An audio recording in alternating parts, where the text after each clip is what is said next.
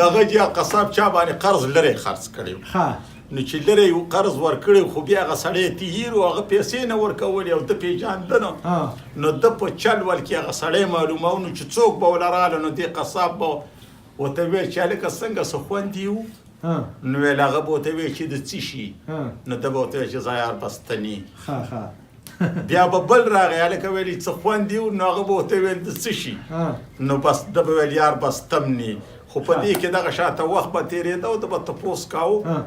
خو اخره کې هماغه سړی راغی چې پاچا به چا تې قرض لرې وړی بس ورته یې ویل هلکه ویل څه خوندي وو هغه ویل والله چې یار ډېر کلک وو پخېدم نه کلک وو او بیا یې خوندم نه وو او مړه لږ دغه مو که نه کولمې دې هم پکې راله ډېرې اچولې هغه ویلې بس خدای پاک په ګوتو راکړې نو بس هغه یې بیا ونیوه د هغه خپل دغه واخسته خپلې پیسې دې واخېستې دا پیریان داسې یو دغه دی چې زمونږ کلي کې یو سړی و هغه بل سړي باندې پیسې حسابولې حالانکې پیسې پې نه وې په دې ورړولې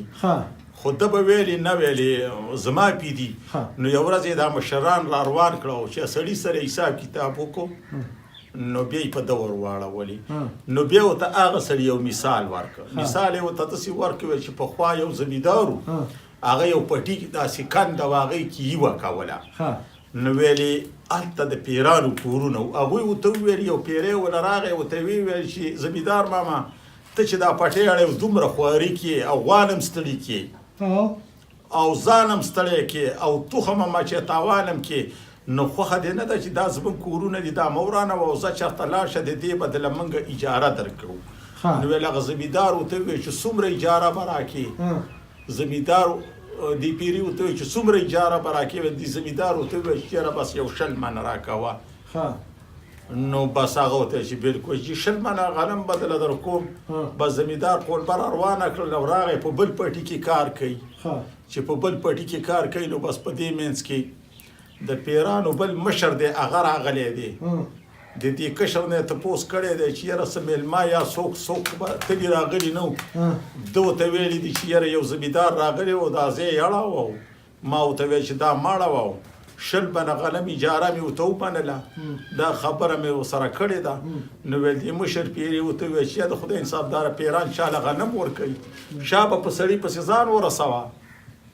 ورته ووایي چې یوه دانه غنم به م رانه ونه ویني نو ویل هغه چې لاړی نو ویل زمیندار په پټي کې لګې وویل دا غوان هم ښه ګرم شوي وو دا لکۍ م والله و که نه او ډېر لکه ستړي مو او پرشېدلم او ویل دې زمیندار سره یوه چوکه وه هغې په دې سر کې وسپنه وه ده هغوی بیا یې پسې نیغ او هغه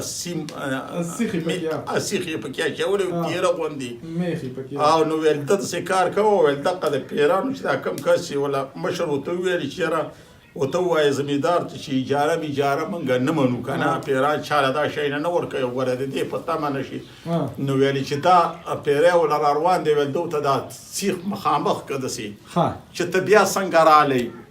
دلته څه پسې رالی نو ویل دا پیری دغه ستنې نه ویرېده که نه چې ویرېده نو ویل ورته یې ویلې چې یاره زه خو دې نه رالمه چې ته به دغه غنمو سره څو ټیبه غوړي غواړې خبره یې ولټه کړه لکه نه ویرېده نو موږ هم یېرېږو هر سړی یېرېږي دا زړه دی که نه د وخت دی نو ویل هغه زمیندار ورته وایي چې هلکه زه به 100 منه غنم دي یو 100 ټیمه ورسره غوړي م ورکوه نو بس ویل چې کور ته راغی نو ویل هغه دغه ورته وویل هغه مشر چې څنګه چې د اجاره دې په زمیندار ختمه کړه ویل چې نه که نه یار 100 منې را باندې غوړي م کېښودل پوه شې نو هغه فیصلې والا ده ته دا مثال ورکړه چې تا ویلې چې یاره راځئ ما سره لاړ شئ او په ده مې پیسې دي راځئ ما سره لاړ شئ جرګه دې م راټوله کړه او اوس در باندې پیسې هغه در واړولې که